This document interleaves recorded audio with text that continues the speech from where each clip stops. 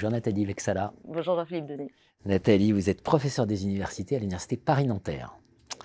Le marketing en 101 schémas, ouvrage publié aux éditions Vibert, un ouvrage extrêmement intéressant. Parce que déjà, sur la forme, je le montre, hein, voilà, c'est quoi comme format? Je sais pas c'est même pas si vous savez. C'est un format paysage. Ouais, c'est paysage, ouais, mais petit, enfin voilà, ouais. donc ça se glisse partout. Et en fait, vous nous avez inventé la super anti-sèche. Bah, c'était pas tout à fait l'idée, mais presque. L'idée, c'était de proposer un ouvrage de marketing un peu différent, avec une approche pédagogique originale, pour faciliter, orienter les apprentissages et les révisions des étudiants essentiellement, mais pas que. Effectivement, ça peut être utile, j'espère, à d'autres personnes, dont des professionnels. La très grande originalité, c'est que précisément, c'est 101 schémas. Donc 101 schémas pour illustrer, pour se projeter dans des approches parfois très ardues. Je prends le page 28, là, enfin le schéma 28. Le modèle non compensatoire disjonctif de formation des attitudes. On voit ça, on se dit oh là là là là. Puis après, page suivante, choix d'un sac Gérard Darel selon le modèle non compensatoire disjonctif. Et là, vous nous expliquez qu'en fait, à un moment, c'est le prix quand même qui va l'emporter, même si on parle de luxe, quoi.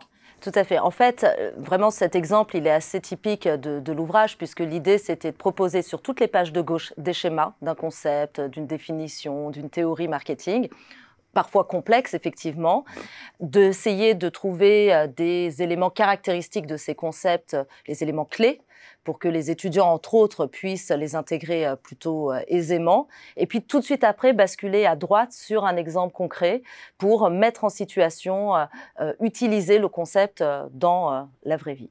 Donc, une très grande simplicité de manipulation, une conception en amont extrêmement, les 4 grandes fonctions de la distribution, etc. Enfin, on va du plus large au plus précis, et c'est ça la force du bouquin. Parce que vous allez dans des concepts parfois très recherche, mais vous les rendez ultra accessibles. Ça veut dire qu'au-delà des étudiants, pour les professionnels qui veulent avoir une vue d'ensemble, ils n'iront jamais lire un papier de 25 pages sur le modèle disjonctif, etc. Là, on a une synthèse, en fait. C'est ça la force des schémas. Oui, la force des schémas, c'est d'essayer de construire sur la base visuelle, sur une base visuelle, des éléments qui sont interconnectés pour facilement, finalement, avoir une information complète. Rigoureuse. Oui, voilà, et en même temps, arriver à intégrer ces éléments rapidement. Et c'était notamment aussi l'idée de suivre un petit peu les tendances des jeunes sur notamment les réseaux sociaux où ils scrollent en permanence et ils intègrent des informations très rapidement.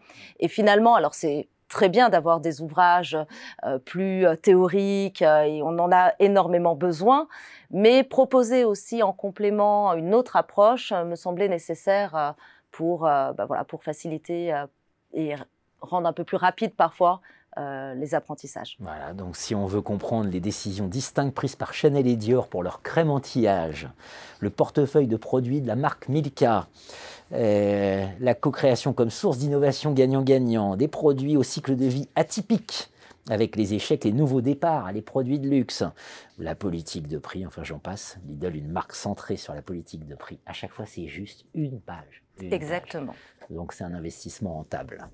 Le marketing en 101 schémas, édition Vibert, Nathalie Vexala. Merci à vous. Merci beaucoup Jean-Philippe Denis.